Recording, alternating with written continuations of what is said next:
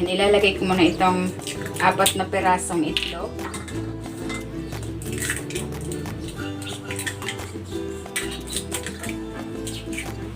Ilalagay ako ng asin at ng tubig. Haluin natin. Kung hindi ka pa nakapag-subscribe sa aking channel, please subscribe at i-click mo na rin ang notification bell para lagi kang updated sa aking latest recipes. Ayan, okay na ito.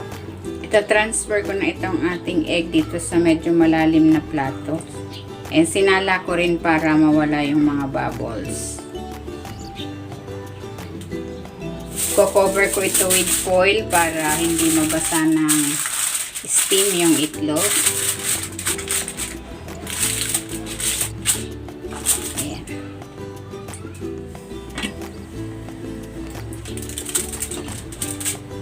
I-steam natin ito for 10 minutes. Maglalagay ako ng cooking oil.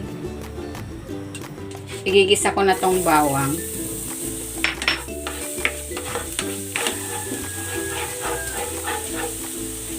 At ang sibuyas.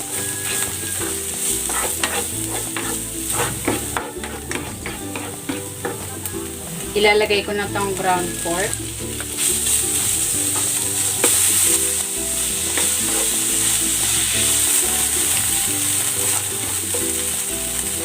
Titimplahan ko ito ng toyo, oyster sauce,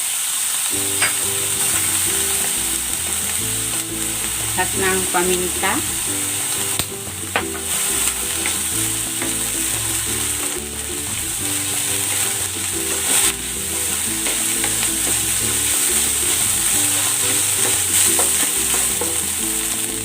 Ilalagay ko na itong carrots at ang bell pepper.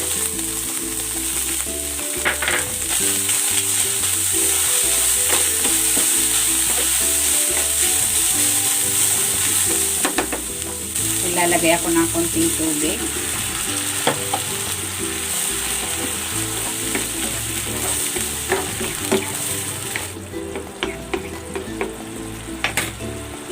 Maglalagay ako ng cornstarch na tinunaw sa tubig para medyo malapot yung salsa.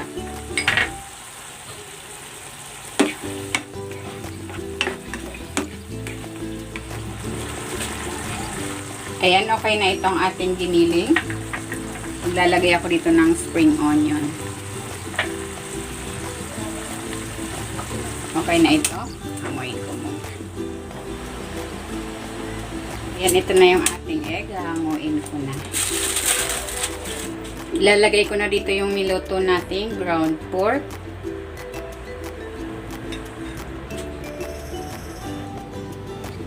Lagyan natin ng spring onion. Ayan, luto na itong ating steamed egg with minced pork. Pwede na natin itong iserve.